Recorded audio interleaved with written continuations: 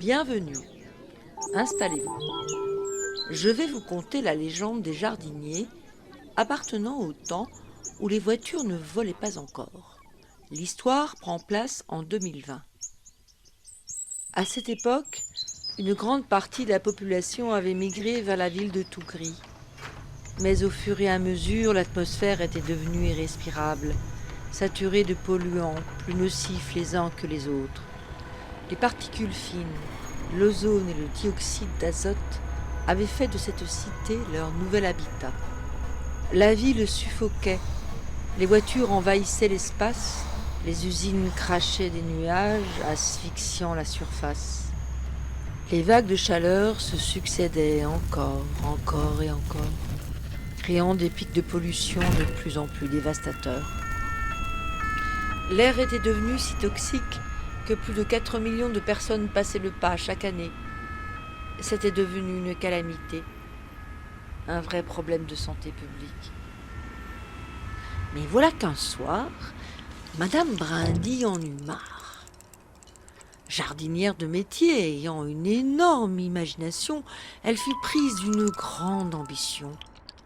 Je vais reprendre cette ville en main et la transformer en gigantesque jardin. Elle alla visiter son ami Monsieur Feuillage pour lui présenter son idée. Mais il y a déjà des arbres dans la ville de Tougris, non ? Oui, mais toutes les essences ne sont pas bonnes pour la ville. Il faut choisir les plus adaptées.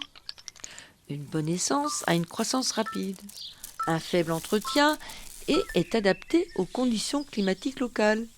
Elle sait capter les gaz à effet de serre tout en éliminant les polluants.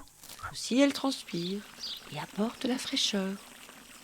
Par exemple, l'hêtre et l'érable sont très efficaces, contrairement au buis et à l'acacia. Ok, je vais t'aider alors.